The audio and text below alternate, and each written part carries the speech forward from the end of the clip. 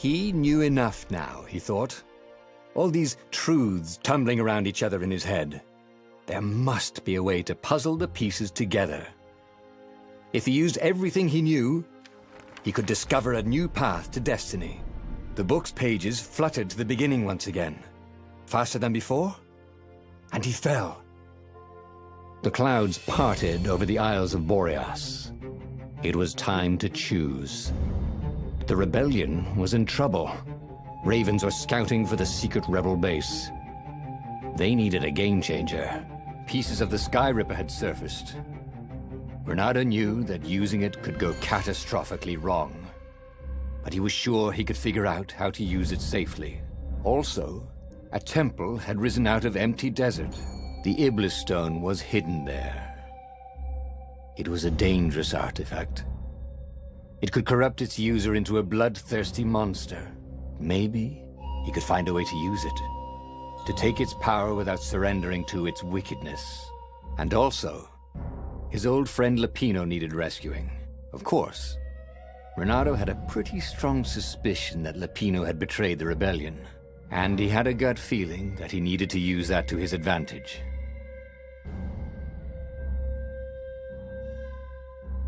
Renato finally realized that Lapino was a traitor to the cause, and maybe Renato could use that somehow. Renato couldn't quite put his paw on when he'd realized Lapino was working for the Empire.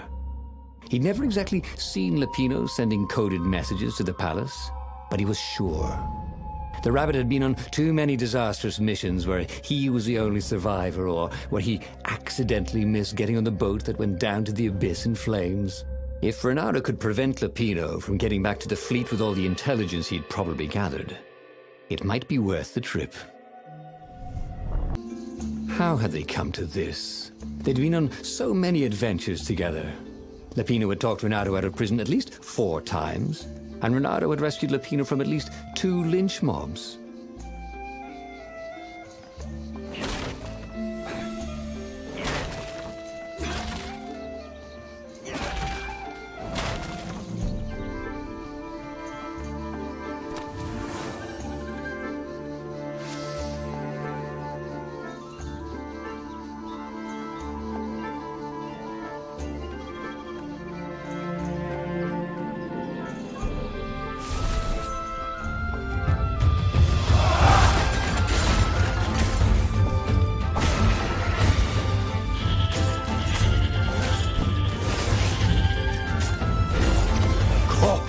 Spell even worse.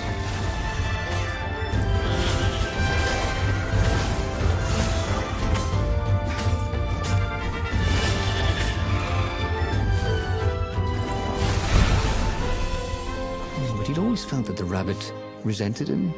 Lapino was hilarious because he was so down on himself and everyone else. But behind the laughs, he wasn't a happy camper. Ooh, was this payback? Or did the Empire have his little white tail in a vice?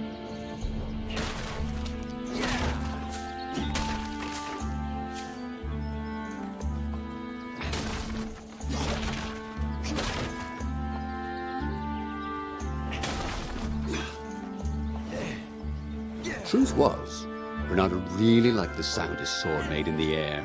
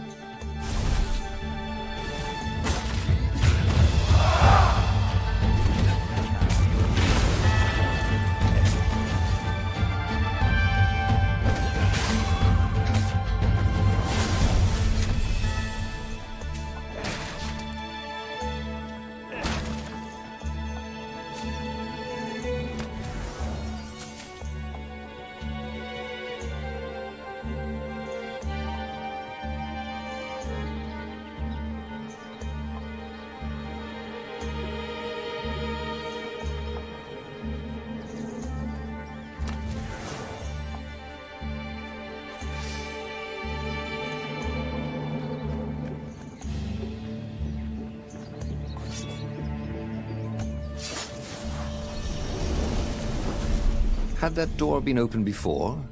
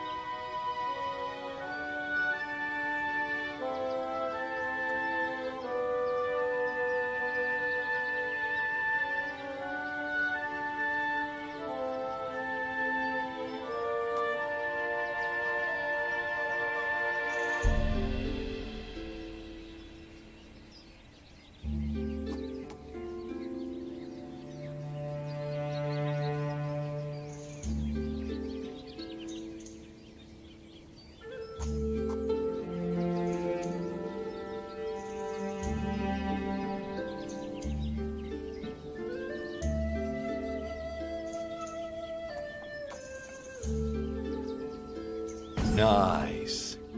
That could be useful.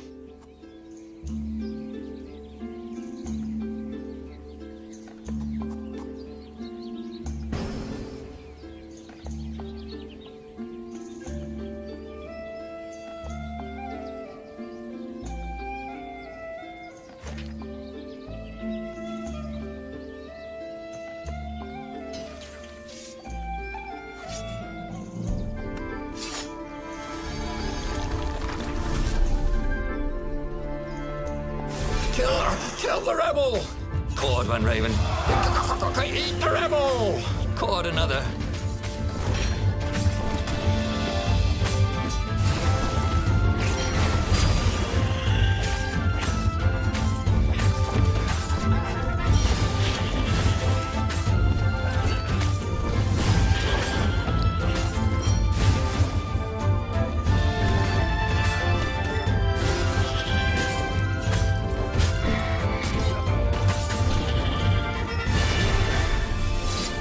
Ravens were landing everywhere from dropships.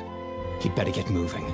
If they got to Lupino first, the Rabbit would give the Empire all the intelligence he'd been stealing from the Rebellion, and they'd probably give him a medal. He'd have to be very careful about how he played Lupino. At the slightest hint of danger, the mad Rabbit would take off like a rabbit.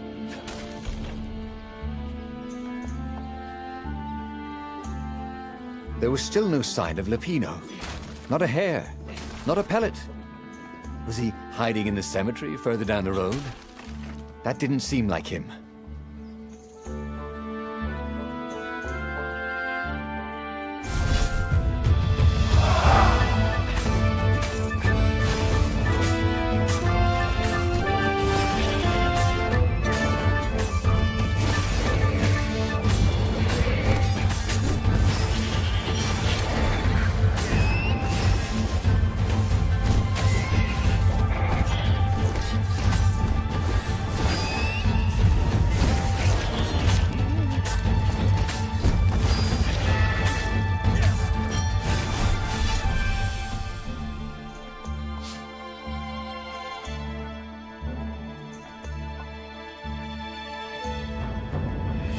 Lupino would betray him.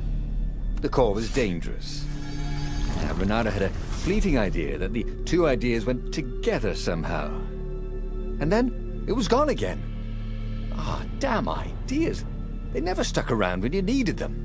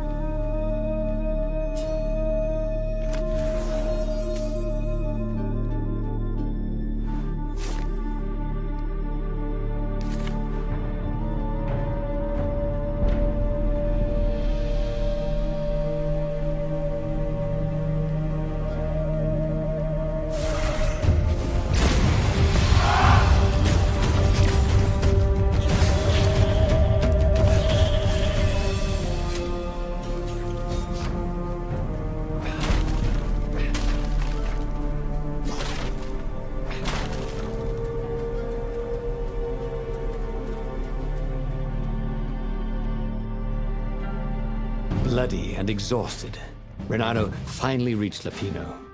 The rabbit was practicing shuffling his favorite deck. Now that he knew what the rabbit was, there were a few things about him that Renato didn't find so amusing anymore. You sent me an urgent message saying that you're in danger. Oh, I am. The ravens are coming. Now, I got a clever plan to kidnap Zenobia. Renato wanted to clap shackles on the rabbit and shout, "You're a traitor, and I'm not falling for it." But if there was one thing Renato was sure of, it was that the core of the Sky Ripper was dangerous mostly to its user. If he could put it in the Emperor's hands, old Isengrim III might blow himself and his fleet up with it. Yes, that was it.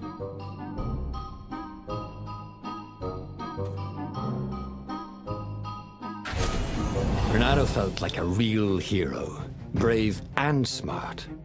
He told the rabbit all about the Sky Ripper's God's Eye core. "I'll go get the core while you attack Zenobia," he told the rabbit. "Wait, I've an even better idea. I'll get the core and you attack Zenobia," said the rabbit. "Right, yeah, that is better," agreed Renato. Perfect. The traitor would make sure the Emperor got the core. Now Renato just needed the Emperor to use the core. If he could only get something that the Emperor wanted very badly. Zenobia. He could save her and bait the Emperor at the same time. Right. Now, all Renato had to do was fight his way through Zenobia's invading troops, sneak onto her ship and into her bedroom, and kidnap her without any of her dozens of guards alerting her. Then, he would rely on her love for him to convince her how evil her father was, so she'd run away with him instead of going back to her father, who was going to blow himself up. It did sound a little risky. But Renato had a feeling it would work out somehow. It always did.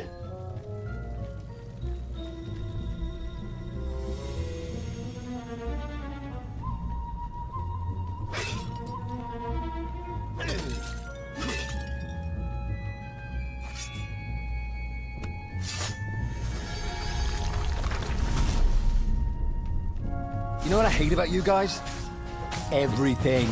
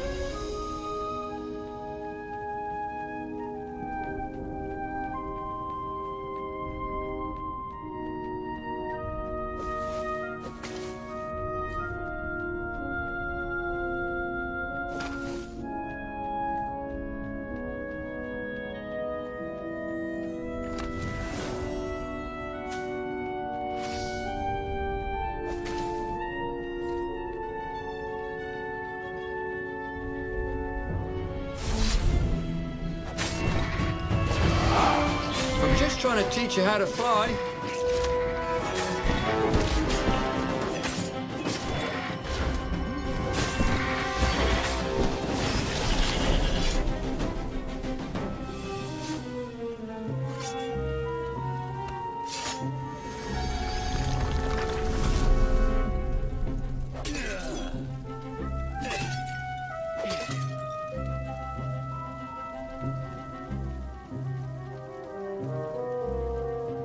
So that's what they meant by a firewall. What unlocks a firewall?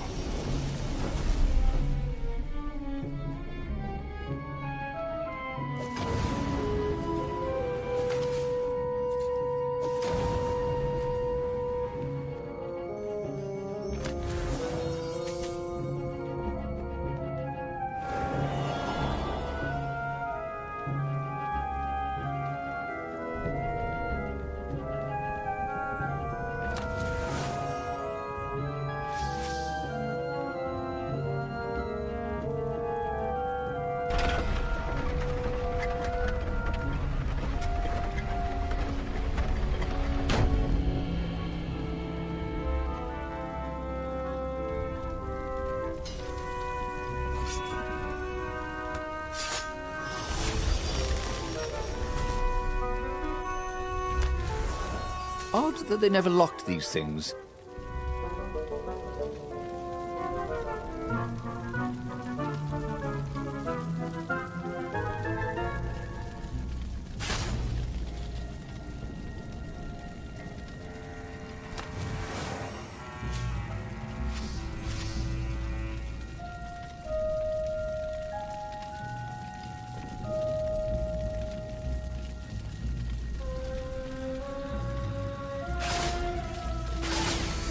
You blinked.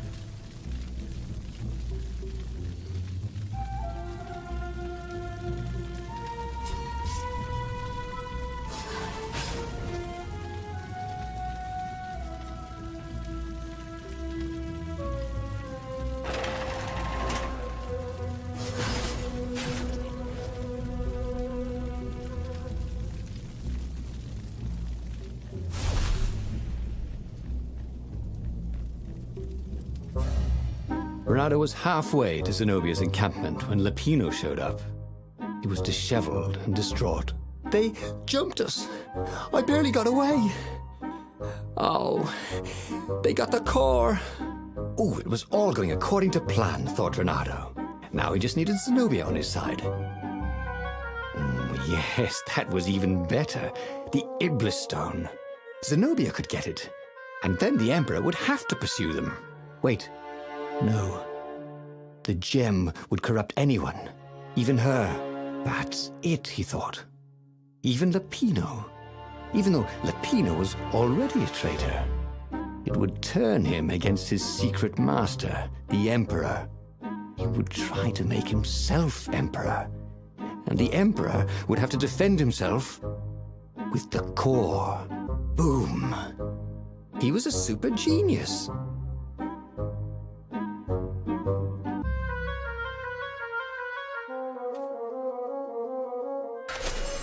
This is terrible, Renato told the rabbit.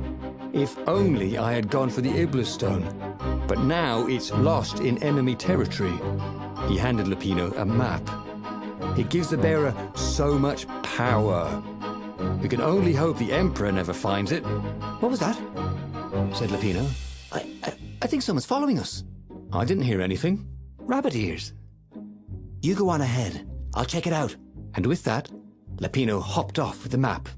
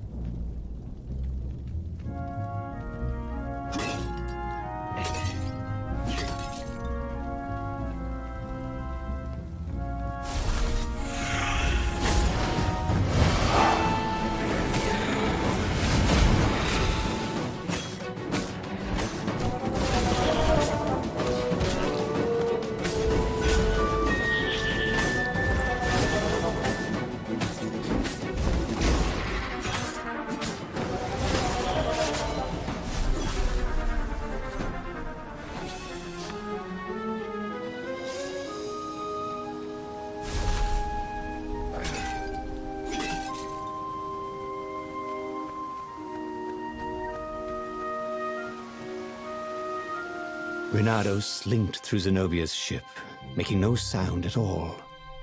She was curled up on her bed. He'd forgotten how beautiful she was, how sleek, how soft.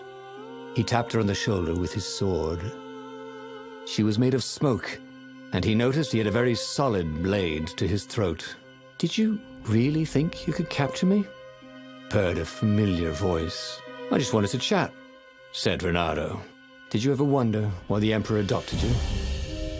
He needs a sacrifice someone who truly loves him, to make a bargain with the lost gods. That's a vicious lie.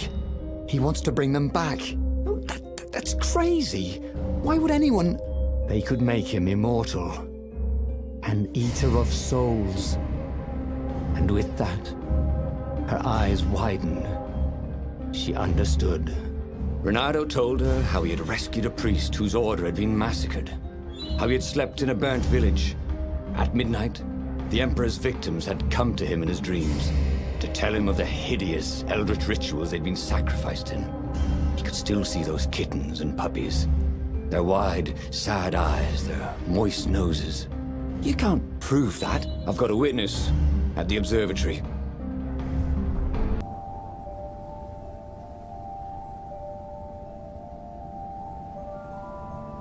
He couldn't tell her, not yet, why he was really here.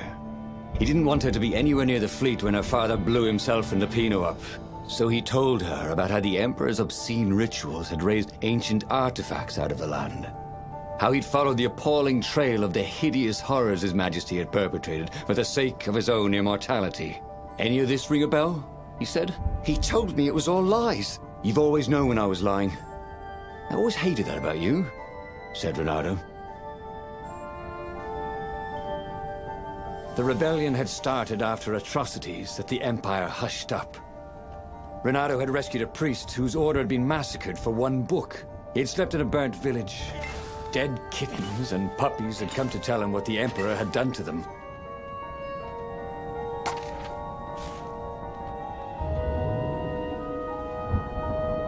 There was an engraving.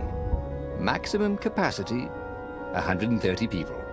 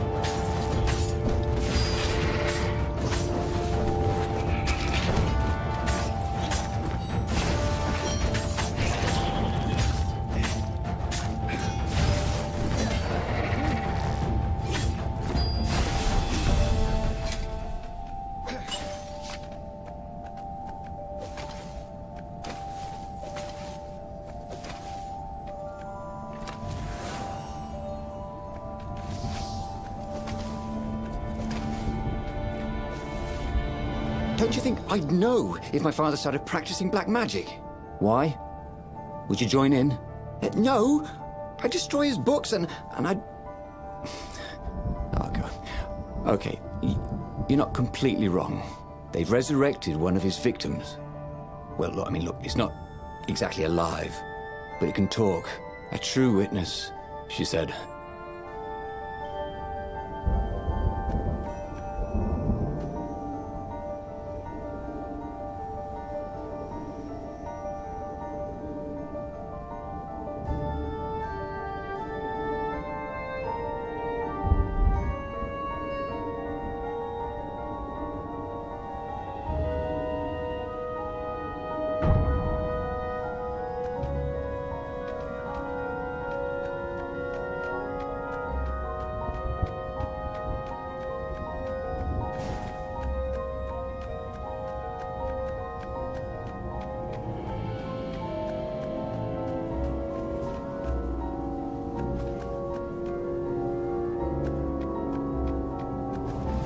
Imagine getting a horse up in one of these things.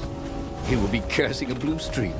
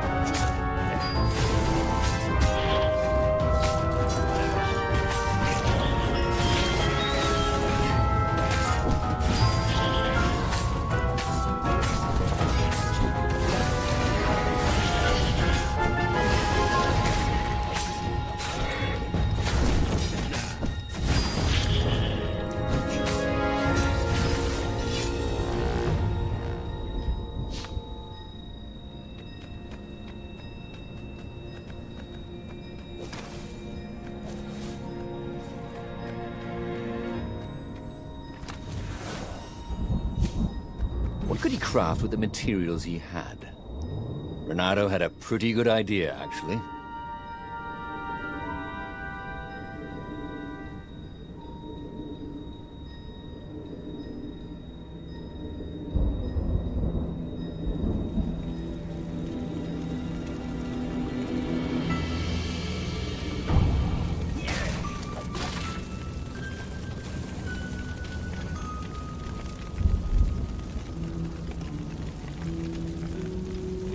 The observatory was a burning hulk.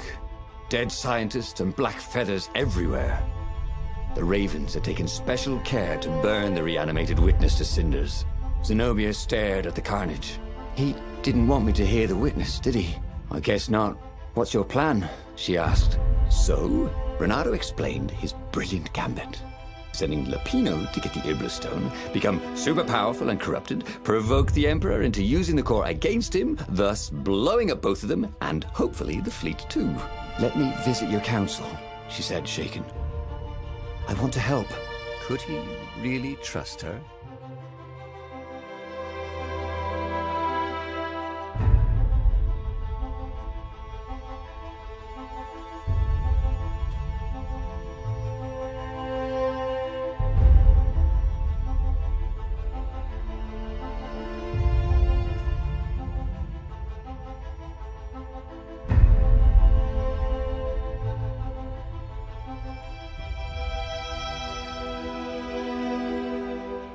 Do? What was more important than meeting the rebel council? Had he made a mistake, sending her to the ruins? No. He knew they could trust each other. He could trust her because she never broke her word. And she could trust him because she could see right through him. Well, she'd probably be there well before him. She at least didn't have to fight her way through rainstorms of ravens.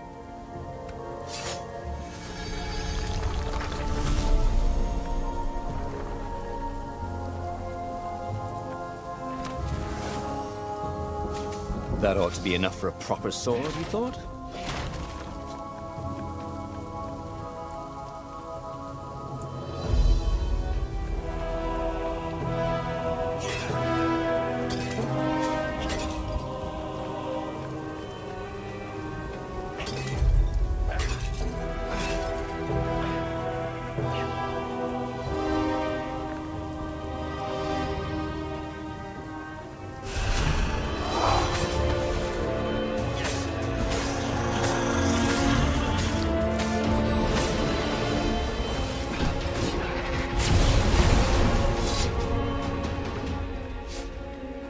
He missed her.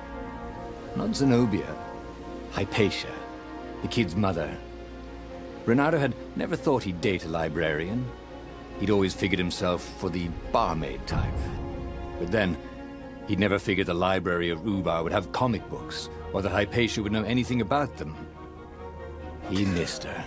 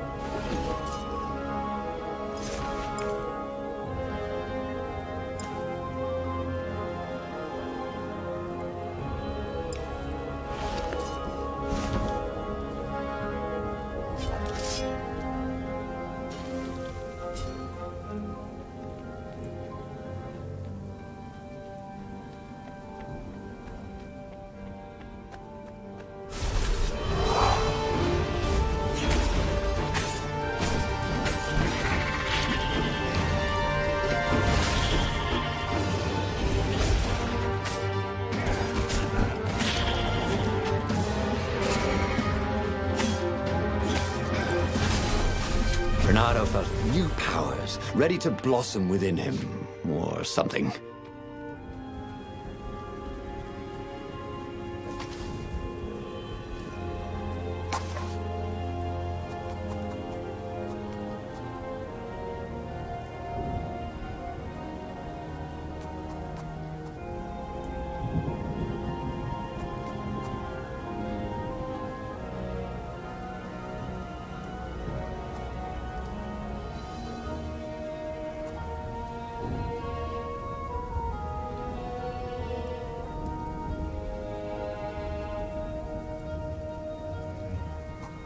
He was more and more extraordinary.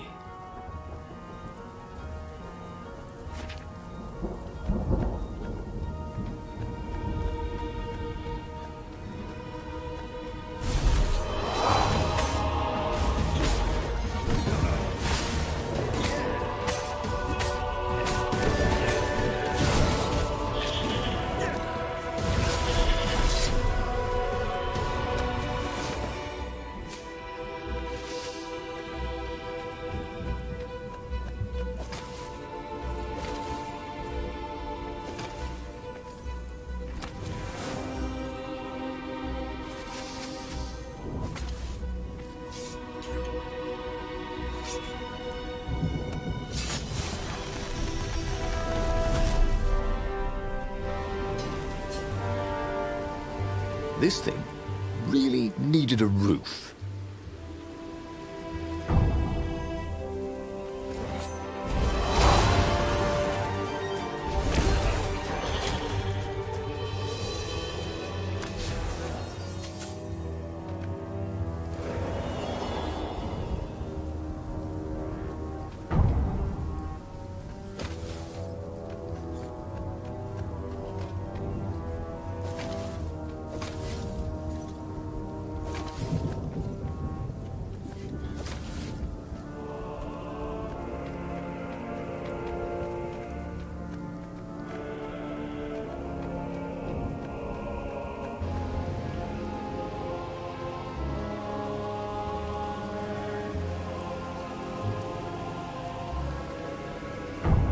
You couldn't hack this kind of firewall. You had to warm it up to you.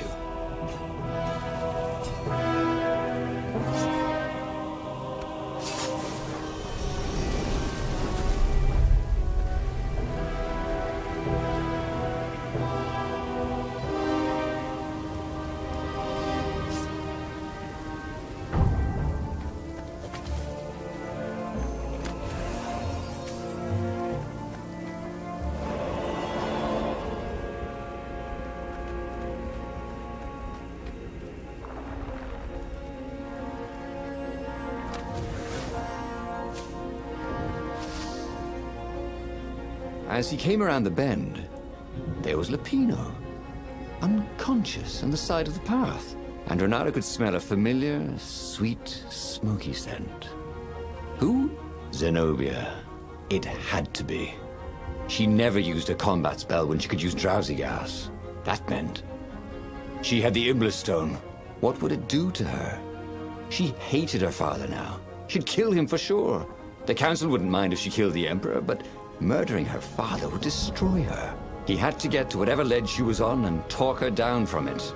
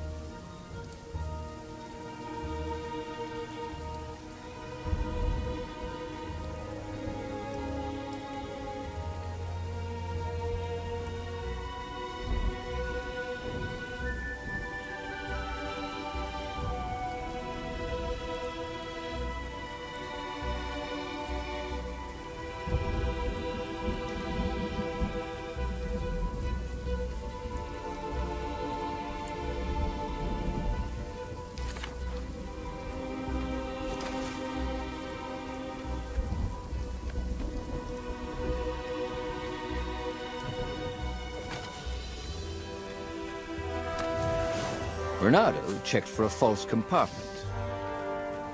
Nope.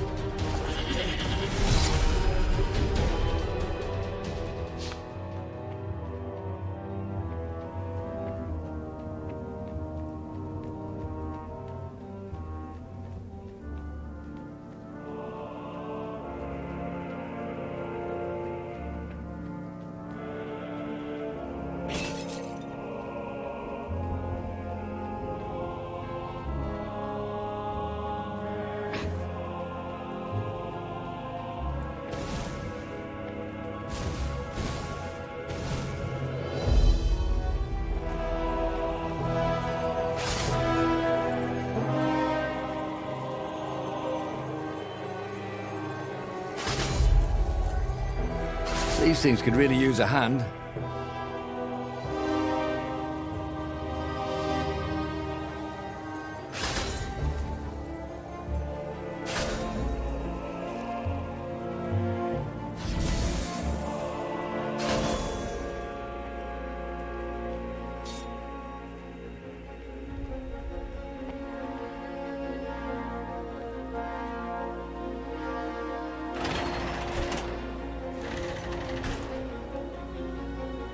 The long stairs. So he was close to the rebel base. Nothing was on fire. So far, so good.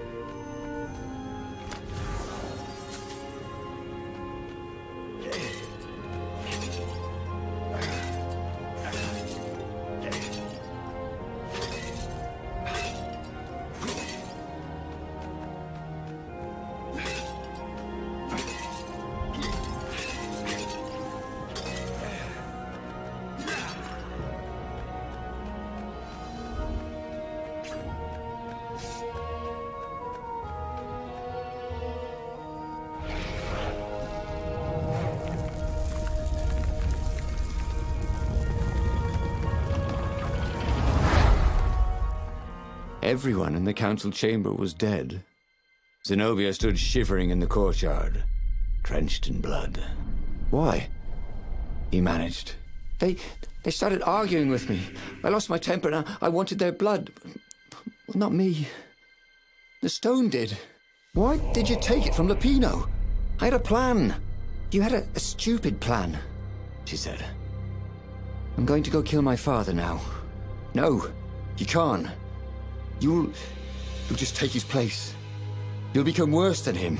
Get out of my way, or I'll kill you too.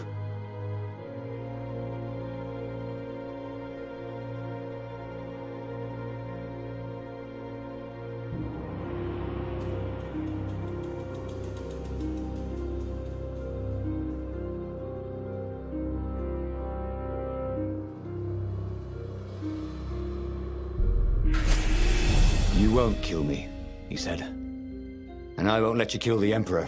Enraged, she raised the sword. You hate him too?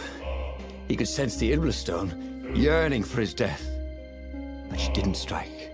If you kill him, he'll destroy you. I know you. Shut up! She shouted, her sword trembling. I won't lose you again. Not for anything. Get away from me, he said, and he was very close. I can't lose you again. And he was in reach of her sword now. I hate him! I hate you too! I love you, he said for the very first time. And then she was weeping. He was holding her. The sword had dropped from her hand. He glanced at the Iblis stone. It was no longer the black of the void. It looked like coal. No. It glowed, like a cinder. It was crackling, burning, crumbling into ashes. You've always loved me, haven't you? She said. She was weak. The stone had taken so much from her. Always, he said. She staggered as he helped her up. Let me take you away. Where? The island of Avalon. The sisters will heal you. He'll follow us. Then we need the Farfarer, the fastest ship in the Empire.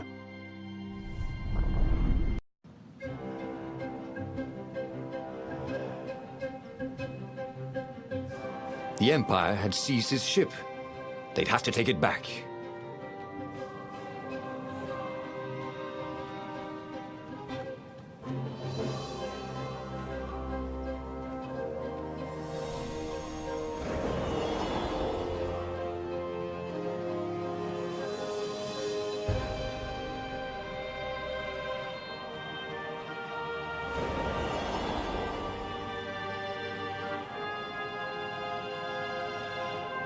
The portal was heavily guarded. It must go someplace they really didn't want him to go.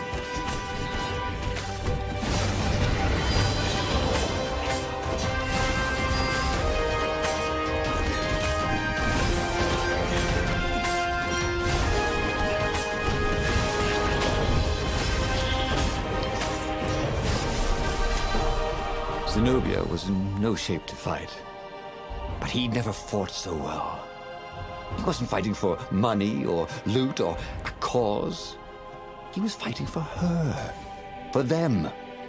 His sword danced, his feet flew, and the ravens recoiled from his ferocity.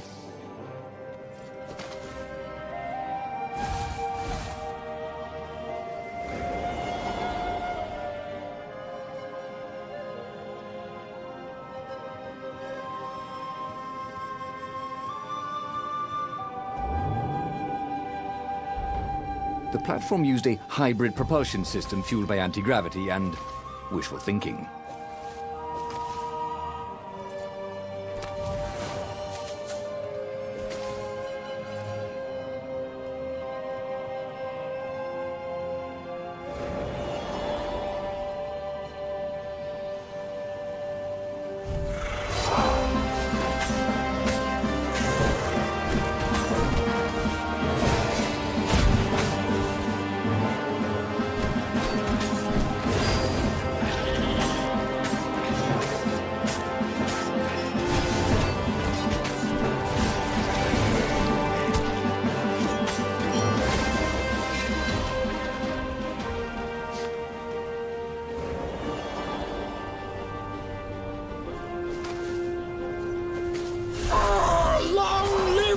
Emperor! Caught the ravens!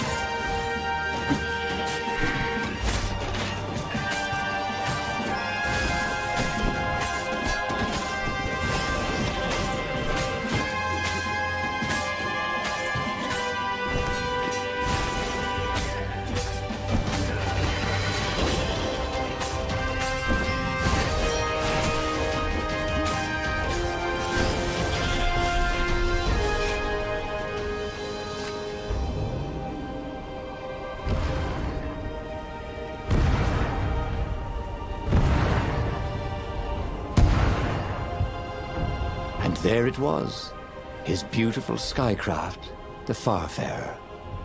They would fare very far indeed, beyond the Empire, beyond the reach of the Empire, to the mystical island of Avalon. He didn't know exactly where it was, but he knew he could find it. And they would find peace there. Second star on the right, and straight on till morning, laughed Zenobia. And they laughed together for the first time in a long time.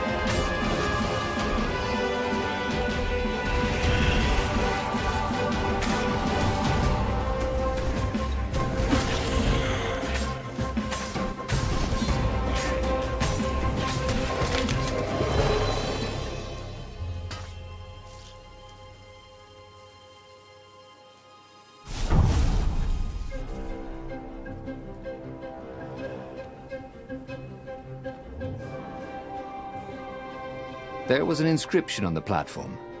Balaleka lessons, with an address.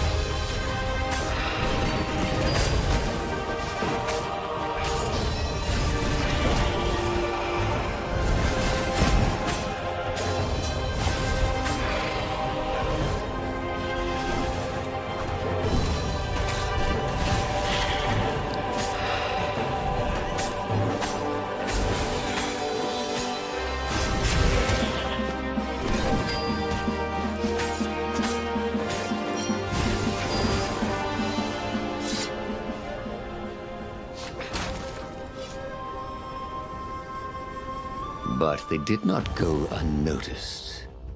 Scout ships lifted off, and a long lance of the Imperial flagship. Bernardo turned downwind to gain speed. The Raven ships could pursue, but they couldn't close. The Farspeaker croaked, "You return her and live!" "Go sacrifice yourself," yelled Bernardo. "Then you won't have her either." On the flagship, the Emperor was readying some arcane weapon. It couldn't be. It was the core. A devastating beam lanced out of the flagship. Bernardo zigzagged wildly to keep the Farfare out of it. Now the Raven scout ships were closing the distance, and the beam was getting closer too. Then came a blinding flash, and the air was searingly hot all around him. There was a thunderous, deafening roar. He could smell burnt oak and burnt feathers and burnt flesh. But when he could hear and see again, they were alive and unhurt. And they were alone in the sky. Zenobia embraced him. They had done it. Through luck and through love, they had won the war. "Avalon, here we come," he said as he held her arms wide in the prow of the boat and let her feel its speed. "Maybe the real Avalon is wherever we're together," she said. And so, after a bit of an argument, Bernardo and Zenobia went to one of the two Avalons. The one shrouded in mists, or the one in their hearts. But which one they went to, I'll never tell. He'd done it. He'd forged his own destiny. Well, he hadn't actually done it, but he knew what he would do. Bernardo smiled at the book. He practically wanted to kiss it. The kid's sacrifice hadn't been in vain. He'd saved the book and saved the world. Bernardo owed him and his mother so much. Bernardo lowered the mainsail and let the Farfarer shoot forward in the breeze. Second star to the right, and straight on till morning. This time, he would win.